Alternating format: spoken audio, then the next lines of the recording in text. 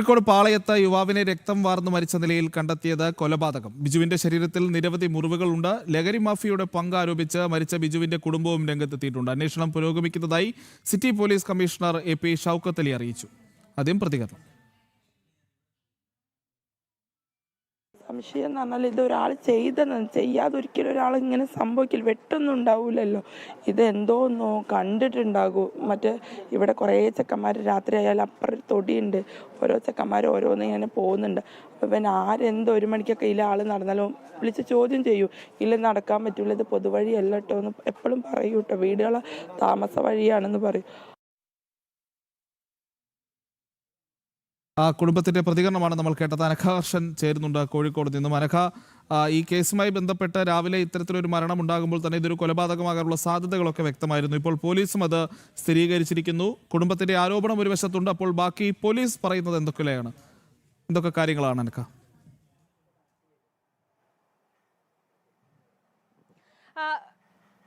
Prajith, city police കമ്മീഷണറായിട്ടുള്ള Shoukath Ali തന്നെ പ്രദേശത്ത് എത്തിയിരുന്നു.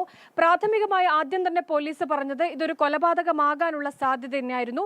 അദ്ദേഹം അത് സ്ഥിരീകരിക്കുകയും ചെയ്തിട്ടുണ്ട്. ഈ മരിച്ച 36-കാരനായിട്ടുള്ള ബിജുവിന്റെ ശരീരത്തിൽ ആസകലം മുറിവുകളുണ്ട് എന്നുകൂടി പോലീസ് പറയുന്നുണ്ട്. മുഖത്തടക്കം ഈ കത്തി ഉപയോഗിച്ച് വരിഞ്ഞ പാടുകൾ ഉണ്ട് എന്നുള്ളതാണ്. എന്തായാലും പോലീസ് ഇപ്പോൾ പ്രാഥമികമായി പരിശോധനകൾ നടത്തിവരികയാണ്. പ്രദേശത്തെ CCTV ദൃശ്യങ്ങളാണ് ആദ്യഘട്ടത്തിൽ തന്നെ പരിശോധിക്കുന്നത്. ഈ പോലീസിൽ നിന്നും മനസ്സിലാക്കിയതനുസരിച്ചാണെങ്കിൽ ഈ മുറിക്കുള്ളിൽ ഒരു മൽപ്പിടുത്തത്തിന്റെ സാധ്യതയൊന്നും കണ്ടെത്തിയിട്ടില്ല എന്നാണ് പോലീസ് പറയുന്നത്. ഈ പ്രാഥമികമായിട്ടും ഈ ബിജുവുമായി പരിചയമുള്ള അല്ലെങ്കിൽ കുടുംബാംഗങ്ങൾ ആ രീതിയിൽ ബന്ധമുള്ളവരാകാം ഈ കൊലപാതകത്തിന് പിന്നിലെന്നാണ് അന്വേഷണ സംഘം വ്യക്തമാക്കുന്നത്. എന്തായാലും ഇപ്പോൾ നിലവിൽ പ്രദേശത്ത് പരിശോധനകൾ നടത്തുന്നുണ്ട്. എന്തായാലും അസ്വാഭാവികമായ ഒന്നും ആ പ്രദേശത്ത് നിന്ന് ഇതുവരെ ഈ കൊലപാതകവുമായി ബന്ധപ്പെട്ട ഒരു തുമ്പും പോലീസിന് ഇതുവരെ ലഭിച്ചിട്ടില്ല എന്നുള്ളതാണ്. എന്തായാലും കർശനമായിട്ടുള്ള പരിശോധനകൾ നടക്കുന്നുണ്ട്. എന്നാലും ബന്ധുക്കൾ ആരോപിക്കുന്നത് ഈ പ്രദേശത്തൊക്കെ തന്നെ ഈ കോഴിക്കോട് നഗരത്തിന്റെ ഒരു ഹൃദയഭാഗത്താണ് ഈ പാളയം മാർക്കറ്റ്. ഈ പ്രദേശത്തൊക്കെ ലഹരി സംഘമുണ്ട്. ഈ ലഹരി സംഘവുമായി പലപ്പോഴും ഈ ബിജു വാക്കുതർക്കത്തിൽ ഏർപ്പെടാറുണ്ട്. അങ്ങനെ ഏതെങ്കിലും തരത്തിൽ ഇന്നലെ രാത്രിയും സംഭവിച്ചിട്ടുണ്ടാകാം. അതാകാം ഈ കൊലപാതകത്തിന് കാരണമെന്നാണ് പറയുന്നത്.